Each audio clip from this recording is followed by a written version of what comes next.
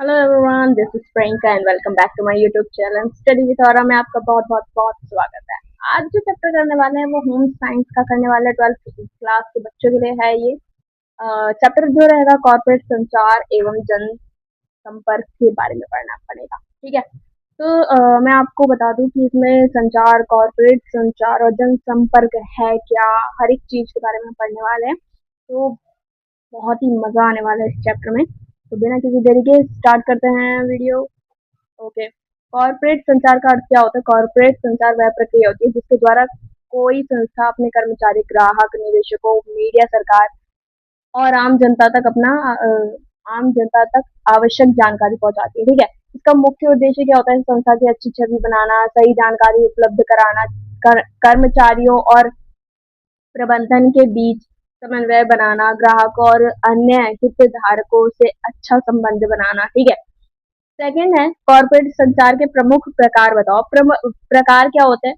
आंतरिक संचार, संचार के अंदर होने वाले संचार आंतरिक संचार कहलाता है। मतलब संस्था के अंदर होने वाला जो संचार होता है उसको आंतरिक संचार कहते हैं। जैसे बैठक, नोटिस, ईमेल, कर्मचारी पत्रिका, प्रशिक्षण कार्यक्रम, रिपोर्ट, ये सारी होती है आंतरिक संचार। अब बाहरी संचार क्या हो जाएगा कि संस्था और बाहरी लोगों के बीच होने वाले संचार बाहरी संचार कहलाते हैं। जैसे विज्ञापन, प्रेस विज्ञापन, ठीक है, वेबसाइट, सोशल मीडिया, ग्राहक सेवा, मीडिया से बातचीत, ये सारी हो जाएगी बाहरी संचार। ठीक है, नेक्स्ट आ जाओ जनसंपर्क। जनसंपर्क एक ऐसी नियोजित प्रक्रिया है जिसके द्वारा संस्था जनता और विभिन्न समूहों के साथ विश्वास, समझ और सकारात्मक संबंध स्थापित करती है। ठीक है, सरल नॉर्मल शब्दों में बताऊं मैं आपको, सरल शब्दों में, तो जनसंपर्क का मतलब ये होता है कि संस्था और जनता के बीच अच्छे संबंध बनाए रखना। जनसंपर्क के उद्देश्य क्या है? पहला, संस्था के सकारात्मक छवि बनाना। ठीक है, संस्था की जो है छवि वो सकारात्मक बनाना। ठीक है, जनता का विश्वास प्राप्त करना, संस्था की गतिविधियों की जानकारी देना, गलतफहमियों को दूर करना, मीडिया और जनता से अच्छे संबंध बनाए रखना। ठीक है, संकट के समय संस्था की प्रतिष्ठा की रक्षा करना। इसके ये सारे उद्देश्य हो जाएंगे किसके? जन संपर्क के उद्देश्य। ठीक है, नेक्स्ट, कॉर्पोरेट संचार और संपर्क में क्या अंतर है? मतलब जो कॉर्पोरेट संचार है उसका अर्थ क्या हो जाता है कि संस्था की संचार व्यवस्था। ठीक है, बट संपर्क क्या हो जाएगा कि संस्था और जनता के संबंध। ठीक है, इसमें क्या है? मतलब कॉर्पोरेट का अर्थ क्या है कि संस्था की संचार व्यवस्था, और जनसंपर्क में क्या है? संस्था और जनता के संबंध। समझ आ रही है? क्षेत्र की बात करूँ तो कॉर्पोरेट संचार जो है वो आंतरिक और बाहरी दोनों होती है। ठीक है, बट जन संपर्क क्या है? संपर्क क्या हो जाता है कि मुख्यतः जनता एवं हितधारक के लिए होते हैं। ठीक है, अब इसका उद्देश्य क्या होता है कॉर्पोरेट संचार का? कि सूचना का प्रभावी आदान प्रदान देना। बट जनसंपर्क में क्या हो जाता है कि विश्वास व अच्छी छवि बनाना। कॉर्पोरेट में हो जाता है माध्यम ईमेल, बैठक, रिपोर्ट, ठीक है, ये सारे हो जाते हैं। बट जनसंपर्क में क्या हो जाता है? प्रेस, मीडिया, कार्यक्रम आदि आ जाएंगे। ठीक है, और भी बहुत सारे होते हैं। तो नेक्स्ट, जनसंपर्क के प्रमुख साधन क्या है?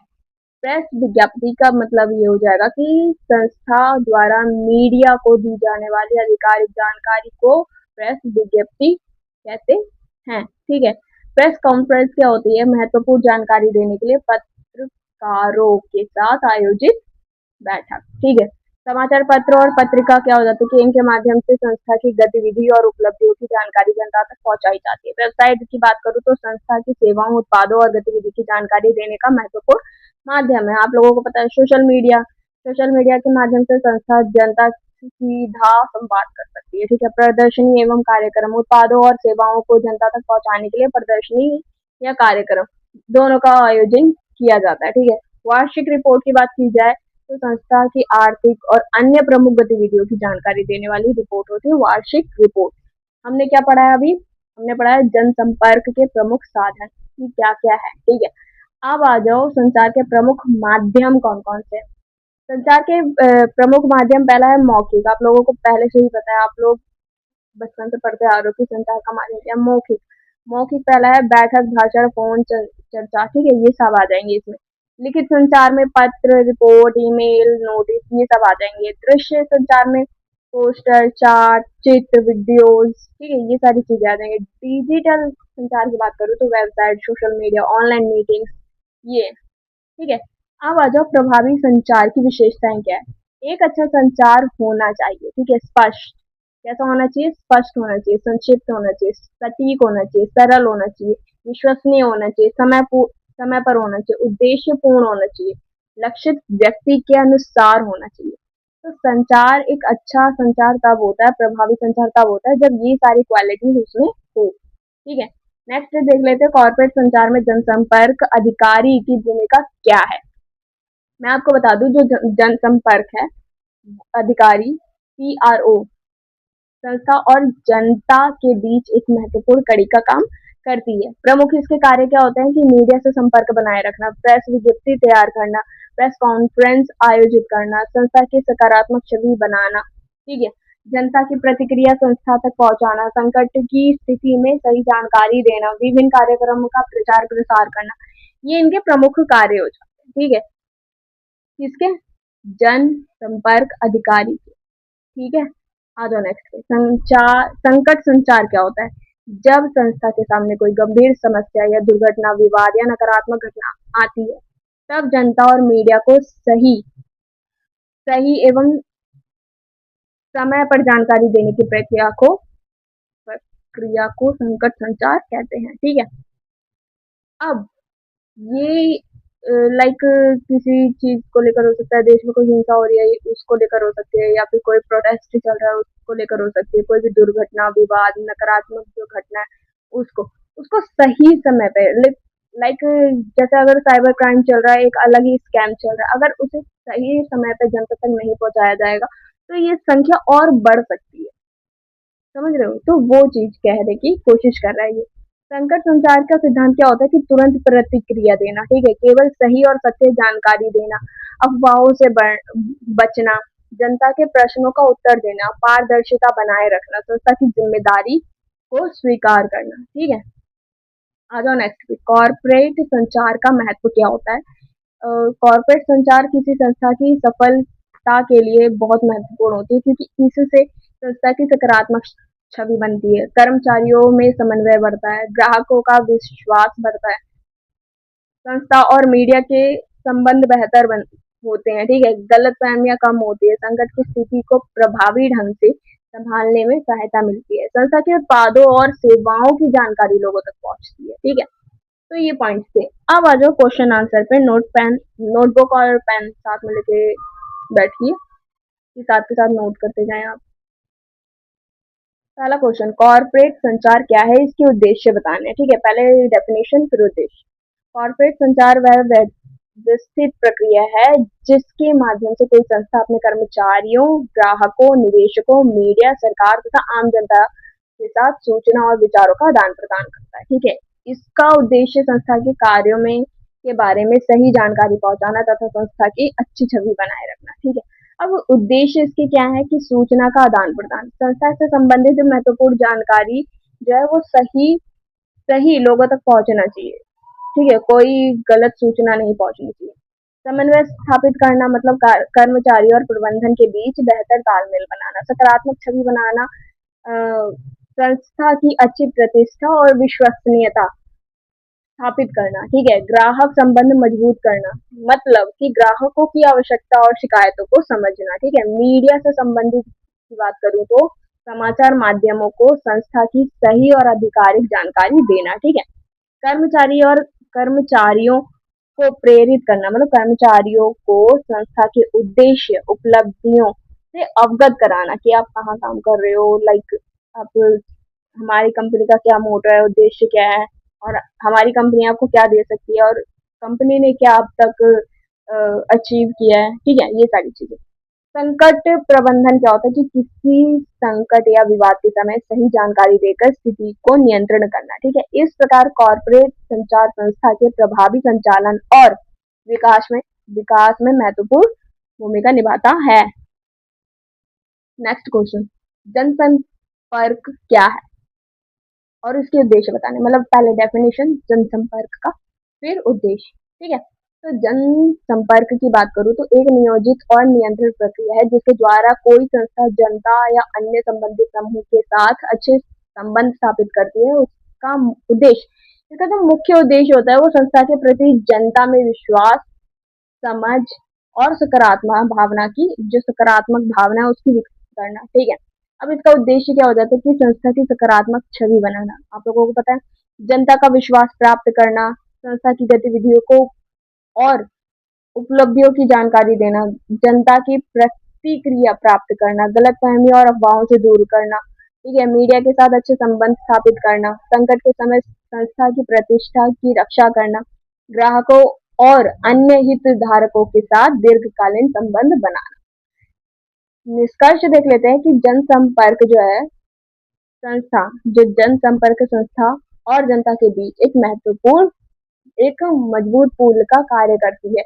अगर सही समय पे लोगों तक जाएगा संचार, संपर्क जाएगा, सूचना जाएगी, ठीक है, वो फिर लोगों के लिए एक बेनिफिट वाला काम हो जाता है। टाइम टू टाइम उनके पास जानकारी जा रही है, तो वो आगे और बढ़, ठीक है। कॉर्पोरेट संचार की बात करूं तो मैं आपको बता देती हूँ कॉर्पोरेट संचार और जनसंपर्क में अंतर बताना है। नेक्स्ट क्वेश्चन ये है, ठीक है। अब कॉर्पोरेट संचार की बात करूं तो संस्था में सूचना एवं विचारों का आदान प्रदान होता है, बट जनसंपर्क में क्या होता है कि संस्था और जनता के बीच अच्छे संबंध स्थापित करना होता है। लाइक इसमें क्या होता है, जैसे मैं इसमें उदाहरण देती हूँ, लाइक कुछ घट हुआ है, मैं जैसे वो सेलिब्रिटी हूँ, एक्टर हूँ, ठीक है, मेरे को लेके कोई रूमर फैला है, ठीक है, अब मैंने प्रेस कॉन्फ्रेंस की है, डायरेक्ट मतलब जो मीडिया है वो डायरेक्ट जनता और जो भी है प्रेस कॉन्फ्रेंस के थ्रू मेरे जो फैंस है मैं उनको ये बताऊंगी कि हाँ ये गलत है, ये बस अफवाह है, ऐसा कुछ नहीं। तो जनसंपर्क में ये हो जाएगा, ठीक है। कॉर्पोरेट संचार में क्या हो जाएगा कि संस्था में सूचना एवं विचारों का आदान प्रदान होता है, लाइक जैसे टीवी में न्यूज आते हैं ना, वो सारी चीजें हो जाती है, ठीक है। अब कॉर्पोरेट संचार की बात करूँ तो आंतरिक और बाहरी दोनों होती है, ठीक है, ये आंतरिक संचार भी हो सकती है, बाहरी संचार भी हो सकते हैं, बट जनसंपर्क में क्या होता है कि मुख्य रूप से जनता और मीडिया के हितधारक होते हैं, ठीक है। अब कॉर्पोरेट की बात करूँ तो इसका उद्देश्य क्या होता है कि प्रभावी सूचना एवं समन्वय रखना, ठीक है। बट जनसंपर्क का क्या उद्देश्य रहता है कि विश्वास और सकारात्मक छवि बनाए रखना, ठीक है। कॉर्पोरेट संचार की बात करूँ तो इसका माध्यम बैठक, ईमेल, नोटिस, नोट्स और रिपोर्ट की थ्रू होता है, बट जो जनसंपर्क है वो प्रेस विज्ञप्ति, प्रेस कॉन्फ्रेंस, कार्यक्रम, मीडिया, ये सारी चीजें आ जाती है इसमें, ठीक है। अब मैं आपको बता दूं कि इसके परिणाम क्या होते हैं। कॉर्पोरेट संचार का जो बेहतर परिणाम है वो बेहतर संचार और कार्यान्वयन है, ठीक है, समन्वय। बट जनसंपर्क अच्छी प्रतिष्ठा और जन विश्वास के लिए होता है, ठीक है। अब दोनों एक दूसरे से जुड़े तो हुए हैं, पर प्रभावी संचार जो है, प्रभावी कॉर्पोरेट संचार अच्छे जनसंपर्क के निर्माण में सहायता करती है, ठीक है। आ जाओ नेक्स्ट क्वेश्चन पे। जनसंपर्क जो है उसके विभिन्न साधनों के बारे में बताना है, ठीक है, साधनों के बारे में, जनसंपर्क के विभिन्न साधनों के बारे में। तो मैं आपको बता दूं जनसंपर्क आपके बार आपको पता है कि जनसंपर्क के लिए संस्था विभिन्न माध्यम का प्रयोग करती है, ठीक है। पहला प्रेस विज्ञप्ति, ठीक है। विज्ञप्ति क्या होती है, संस्था द्वारा मीडिया को दी जाने वाली आधिकारिक सूचना को प्रेस विज्ञप्ति कहते हैं, ठीक है। अब आ जाओ नेक्स्ट पे। पहला था प्रेस विज्ञप्ति, दूसरा है प्रेस कॉन्फ्रेंस, महत्वपूर्ण विषयों पर पत्रकारों को जानकारी देना तथा उनके प्रश्नों का उत्तर देने के लिए प्रेस कॉन्फ्रेंस आयोजित की जाती है। थर्ड, समाचार पत्र एवं पत्रिकाएं, इनके माध्यम से संस्था गतिविधि, उपलब्धि और योजनाओं की जानकारी जनता तक पहुंचाती है। वेबसाइट की बात करूँ तो वेबसाइट पर संस्थाओं के उत्पादक, सेवाओं, संपर्क और अन्य गतिविधि की जानकारी उपलब्ध कराई जाती है। सोशल मीडिया की बात करूँ तो सोशल मीडिया के माध्यम से संस्था जनता से तुरंत और सीधे संवाद करती है, ठीक है। प्रदर्शनी और कार्यक्रम की बात करूँ तो प्रदर्शनी मतलब उत्पाद और सेवाओं के बारे में लोगों को जानकारी देती है, ठीक है, किसके थ्रू, प्रदर्शनी, कार्यक्रम आयोजित करती है, ठीक है। वार्षिक रिपोर्ट की बात करूँ तो इसमें संस्था की महत्वपूर्ण गतिविधियों और उपलब्धियों की जानकारी दी जाती है, पूरे वर्ष की जो होती है, ठीक है। अब आ जाओ नेक्स्ट क्वेश्चन पे। जनसंपर्क अधिकारी की भूमिका क्या है और इसके कार्य का क्या है वो बताने।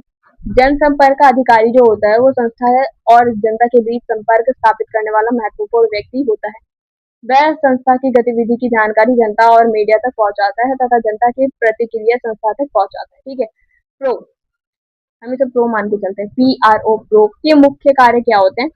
इसके मुख्य कार्य ये होता है कि मीडिया से संपर्क बनाए रखना, प्रेस विज्ञप्ति तैयार करना, प्रेस कॉन्फ्रेंस आयोजित करना, संस्था की गतिविधि और उपलब्धियों का प्रचार करना, जनता की प्रतिक्रिया और सुझाव संस्था तक पहुंचाना। ठीक है। संस्था की सकारात्मक छवि बनाए रखना, संकट की स्थिति में आधिकारिक जानकारी देना। ठीक है। विभिन्न जनसंपर्क कार्यक्रमों का आयोजन करना, मीडिया द्वारा पूछे गए प्रश्नों का उचित उत्तर देना, संस्था और जनता के बीच विश्वास कायम करना। इस प्रकार प्रो संस्था के संचार और जनसंपर्क को प्रभावी बनाने में महत्वपूर्ण भूमिका निभाते हैं। नेक्स्ट क्वेश्चन देख लेते हैं। प्रभावी संचार के मुख्य प्रमुख विशेषताएं बताओ। मतलब जो प्रभावी संचार है उसकी प्रमुख विशेषता बतानी, क्या क्या विशेषताएं होनी चाहिए प्रभावी संचार के लिए। मैं बता दूं आपको कि प्रभावी संचार वह संचार है जिसमें संदेश प्राप्तकर्ता तक सही अर्थ में और उचित समय पर पहुंचाया जाता है। ठीक है। वही संचार प्रभावी संचार होता है। ठीक है। अब क्या हो जाता है कि प्रमुख विशेषताएं इसमें क्या है? स्पष्टता। ठीक है। संदेश सरल और स्पष्ट होना चाहिए। ठीक है। सटीकता, जानकारी तथ्यतात्मक और सही होनी चाहिए। ठीक है। संक्षिप्तता, अनावश्यक जानकारी से बचना चाहिए। सरल भाषा में, मतलब ऐसी भाषा का प्रयोग होना चाहिए जिसमें प्राप्तकर्ता आसानी से समझ सके। ठीक है। जो भी जानकारी है, जो भी संदेश है। ठीक है। विश्वसनीयता, जानकारी विश्वसनीय स्रोत पर आधारित होनी चाहिए। समयबद्धता, सही जानकारी सही समय पर दी जानी चाहिए। उद्देश्यपूर्ण, संचार का स्पष्ट उद्देश्य होना चाहिए। प्रतिक्रिया, प्राप्तकर्ता की प्रतिक्रिया को भी महत्व देना चाहिए। नेक्स्ट क्वेश्चन देख लेते हैं। संकट संचार क्या है? संकट के समय प्रभावी संचार के सिद्धांत समझाइए। ठीक है। ये बताना है कि जब किसी संस्था के सामने कोई गंभीर समस्या, विवाद या अप्रत्याशित परिस्थिति उत्पन्न होती है और उस समय जनता, कर्मचारी या मीडिया को सही जानकारी देना आवश्यक हो जाता है, तो इसे संकट संचार कहते हैं। ठीक है। अब इसके प्रमुख सिद्धांत क्या है? संकट संचार के प्रमुख सिद्धांत क्या है वो बता देती हूँ मैं आपको कि संकट के बारे में शीघ्र जानकारी देना, केवल सत्य और प्रमाणित जानकारी देना, अफवाहों और गलत सूचनाओं को रोकना, जनता और मीडिया के प्रश्नों का उत्तर देना। ठीक है। संस्था की ओर से पारदर्शिता बनाए रखना, समस्या के समय समाधान के लिए उठाए गए कदम की जानकारी देना। ठीक है। प्रभावित लोगों की चिंता को गंभीरता से लेना, संकट समाप्त होने के बाद भी आवश्यक जानकारी उपलब्ध कराना। ठीक है। निष्कर्ष यह है कि सही संकट समाचार संस्था की विश्वसनीयता बनाए रखने और कठिन परिस्थितियों से बाहर निकलने में सहायता करता है। नेक्स्ट क्वेश्चन देख लेते हैं। कॉर्पोरेट संचार किसी संस्था के लिए क्या महत्व है? ठीक है। जो कॉर्पोरेट संचार है किसी भी संस्था के लिए सफल संचालन का महत्वपूर्ण आधार होता है। ठीक है। इसके महत्व मतलब निम्न प्रकार होते हैं। संस्था के कर्मचारी के बीच समन्वय बढ़ता है। ठीक है। संस्था की सकारात्मक प्रतिष्ठा बनाने में सहायता करता है। ठीक है। ग्राहकों का विश्वास बढ़ाता है। मीडिया के साथ अच्छे संबंध बनाने में सहायता करता है। संस्था की नीतियों और योजनाओं की जानकारी लोगों तक पहुंचाता है। शिकायतों और गलतफहमियों को दूर करने में सहायता करता है। संकट के समय सही सूचना देने में मदद करता है। संस्था और उसके हितधारकों के बीच मजबूत संबंध बनाता है। संस्था की उपलब्धियों को जनता तक पहुंचाता है। संस्था के दीर्घकालीन विकास में सहायता करता है। अतः प्रभावी कॉर्पोरेट संचार संस्था की सफलता, प्रतिष्ठा और विश्वसनीयता के लिए अत्यंत आवश्यक होता है। ठीक है। नेक्स्ट क्वेश्चन देख लेते हैं। आंतरिक और बाहरी संचार क्या है? उदाहरण भी देना है। ठीक है।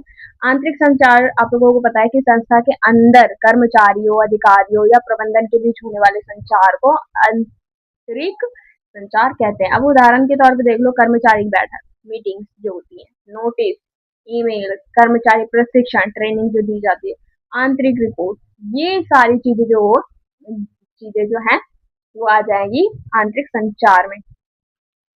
बाहरी संचार की बात करूँ तो संस्था और संस्था के बाहर के लोगों या समूह के बीच होने वाले संचार जो होते हैं वो बाहरी संचार होते हैं। अब इसका उदाहरण मैं बता देती हूँ आपको, विज्ञापन, प्रेस विज्ञप्ति और वेबसाइट, सोशल मीडिया, ग्राहक सेवा, प्रेस कॉन्फ्रेंस, ये सारे उदाहरण बाहरी संचार के हैं, ठीक है। आंतरिक संचार संस्था के भीतर समन्वय स्थापित करता है, जबकि बाहरी संचार संस्था को बाहरी दुनिया से जोड़ता है, ठीक है। नेक्स्ट क्वेश्चन देख लेते हैं। जनसंपर्क संस्था की छवि निर्माण में किस प्रकार सहायक है? जो जनसंपर्क है संस्था की छवि निर्माण में किस प्रकार सहायक है, ये बताना है। आंसर बताती हूँ मैं आपको कि जनसंपर्क संस्था और जनता के बीच विश्वास तथा समझ विकसित करता है, ठीक है। संस्था की सकारात्मक छवि बनाने के लिए जनसंपर्क महत्वपूर्ण भूमिका निभाता है, ठीक है। इसके द्वारा क्या क्या होता है? संस्था की उपलब्धियों की जानकारी दी जाती है, जनता को सही और विश्वसनीय जानकारी उपलब्ध कराई जाती है, मीडिया के साथ अच्छे संबंध बनाए जाते हैं, जनता की शिकायतों और सुझावों पर ध्यान दिया जाता है, गलतफहमियों को दूर किया जाता है, सामाजिक एवं जनहित के कार्यक्रम आयोजित किए जाते हैं, संकट के समय संस्था का पक्ष स्पष्ट किया जाता है। इस प्रकार प्रभावी जनसंपर्क से संस्था की विश्वसनीयता, प्रतिष्ठा और जन विश्वास मजबूत होता है। इसी क्वेश्चन के साथ ये चैप्टर भी यही खत्म होता है, ठीक है। आई होप आपने नोट्स बना लिए हो। मिलते हैं नेक्स्ट वीडियो में नेक्स्ट चैप्टर के साथ, ठीक है। तब तक के लिए be happy, stay safe, stay healthy बच्चों, बाय।